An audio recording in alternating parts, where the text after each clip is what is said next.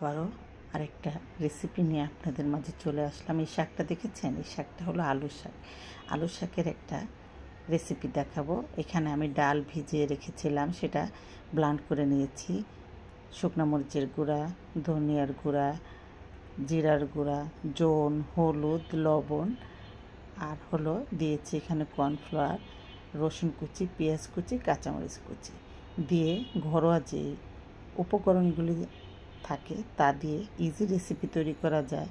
যদি ঘরে কিছু না থাকে, খেতে মন চাচ্ছে না, তখন ঝটপট বানিয়ে ফেলতে পারবেন। সবাই সব ধরনের চপ বানায়, কিন্তু মিষ্টি আলু শাক দিয়ে একটা চপ করা, এটা আমার মাথায় আসলো। হঠাৎ ভাবলাম একটা মিষ্টি আলু শাকের চপ বানাই তো কেমন হয় দেখি তো। তাই আমি করেছি, খুবই টেস্টি হয়েছে। সেটা আপনাদের সাথে একটু শেয়ার করা।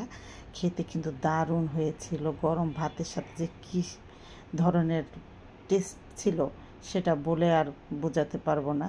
অবশ্যই একটু করে খাবেন।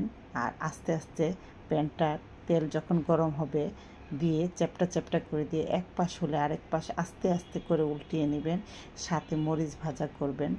খেতে খুবই ভালো লাগবে। গরম ভাতের সাথে তো আরও অসাধারণ লাগে। একদম মচমচে করে ভেজে নেবেন। ডাল যেহেতু আছে আর কর্নফ্লাওয়ার দিয়েছে, অবশ্যই মচমচে হবে। এটা বিকালের নাস্তায়ও খেতে পারেন অথবা ভাতের সাথে খেতে পারেন।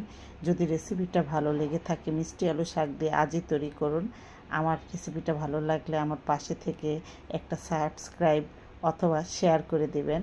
আপনাদের ভালোবাসার জন্যই এখানে আছি। আর এই ভিডিওগুলো তৈরি করি, অনেক কষ্ট করে ভিডিও তৈরি করে আপনারা দেখেন বিদায়। আপনাদের কাছে অনেক অনেক কৃতজ্ঞ।